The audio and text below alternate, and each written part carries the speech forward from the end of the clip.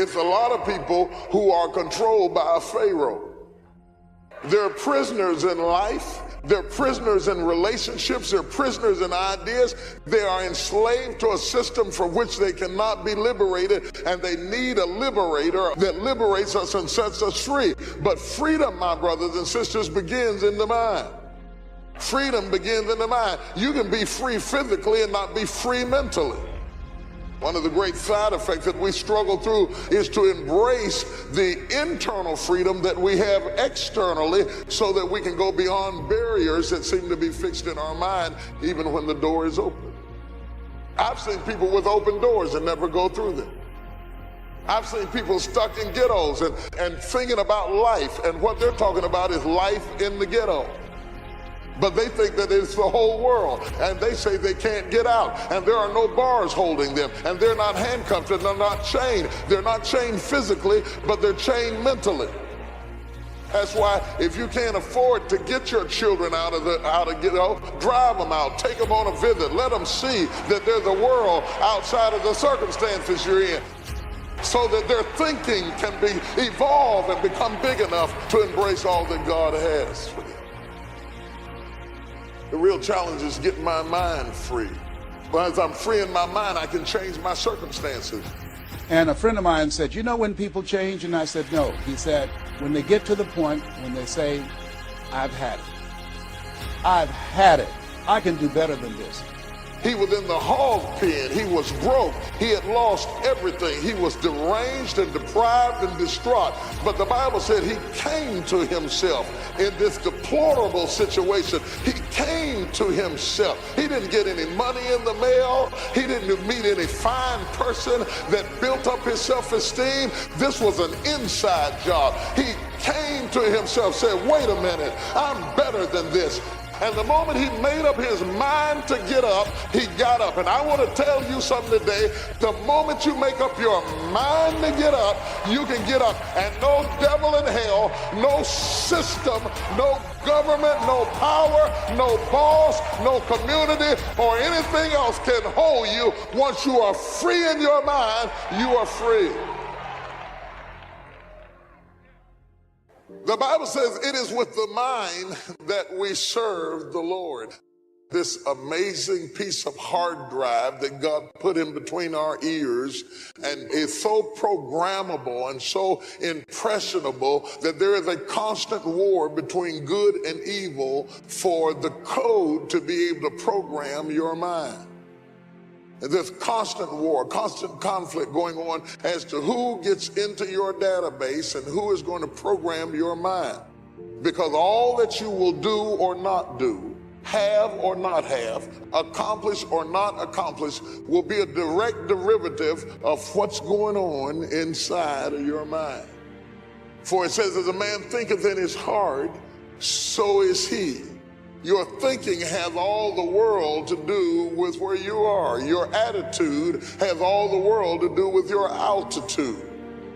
So if you don't get clear thinking on an issue, you won't be able to develop in that area. Most generally, when we talk about that warfare and dealing with the images in our mind, we generally think in terms of sin. But I want to challenge you to understand that you have more to deal with in the warfare in your mind than just sin. You have depression, you have fear, you have phobias, you have insecurities, you have unbeliefs. There are a whole lot of dysfunctional behaviors that were inherently passed on to us, but these are the reverberating consequences of an act of sin that leave you struggling in areas that people cannot see. Lay your hand on your head. Say, this is an awesome machine. I wonder if it's being underutilized. That's what makes us different than dogs and animals and birds and cats and spiders and alligators. That's what makes us different than all other life forms. The ability to think, the ability to use your mind, the ability to process ideas, and not just operate by instinct. You can order the entire process of your own life. And we do that by the way we think. We do that by exercising our mind. We do that by processing ideas and come up with a better philosophy, a better strategy for our life, goals for the future, plans to achieve those goals.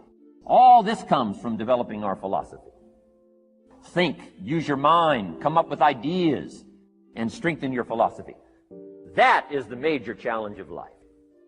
You don't need a better economy.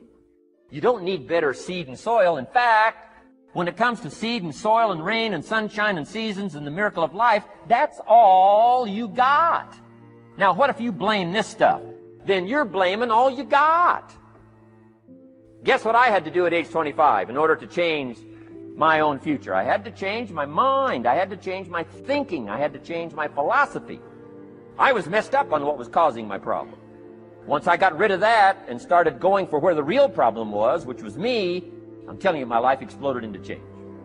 God may be giving you more to work with than what you are working with at this time. You may have far more megabytes and more things that you can potentially do than what you're doing right now. That's why I don't like to hang with low-thinking people, because they'll make you underutilize what God has given you.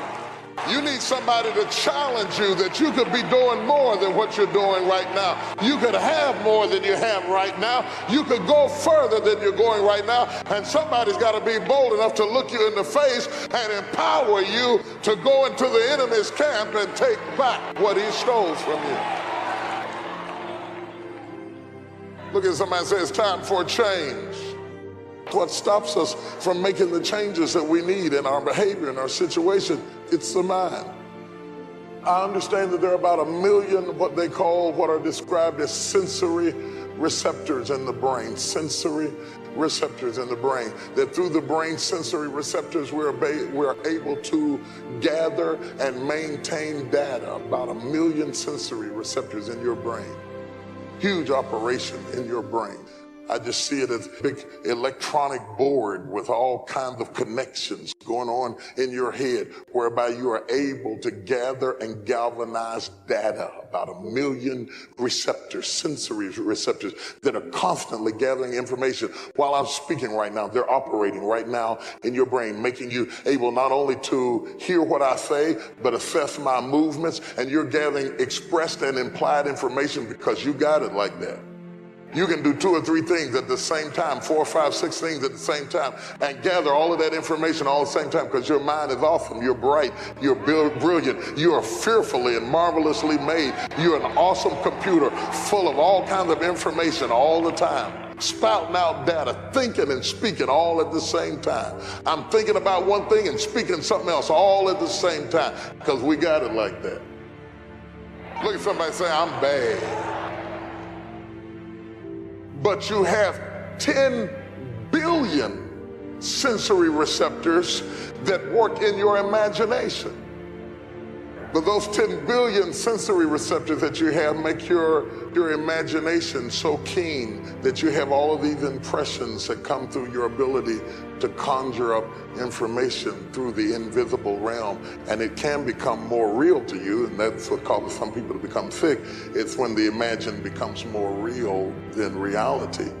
And that's what causes them to have certain dysfunctions that cause them to be diminished in their thinking. I was watching Ray Charles. They were going through Ray Charles' life, and they were talking about Ray Charles, who was blind, couldn't see, and yet he learned how to compose music and read music by Braille. And he could write music by Braille. So he wasn't just some gifted blind person who could play. He was intelligent, he was intellectual, he was gifted, he was creative. He could read and write and compose music. Even though he couldn't see and he had lost the benefit of one of those devices that bring information to his sensory receptors, he began to rely on his invisible, the 10 billion sensory receptors, to gather information through other channels. Interestingly enough, he said something that was so harmonious with my message, I thought I would include it. He said that even though he had gone blind at 7, at 5 years old, he'd seen his brother drown to death in a small basin of water. And by 7, he'd gone blind, if I remember correctly. And by the time he was 12 or so, both his parents were dead. He was blind. He'd seen a murder, and his life was off and seemingly out of control. And music became an outlet for his spirit and for his soul. And he says, even though he couldn't see, he could hear the imagined music in his head so strongly that when he got ready to compose a piece, he says he didn't need a piano.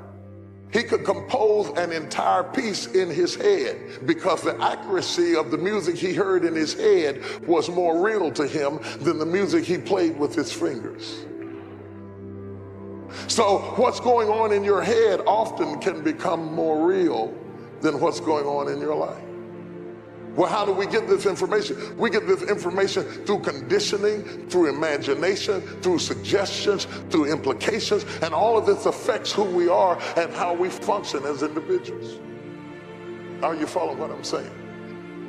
That's why you have to watch what you do with your eye gate and your ear gate and your mouth gate, because all of these are gates to the soul whereby the enemy, evil or wickedness or righteousness comes before you.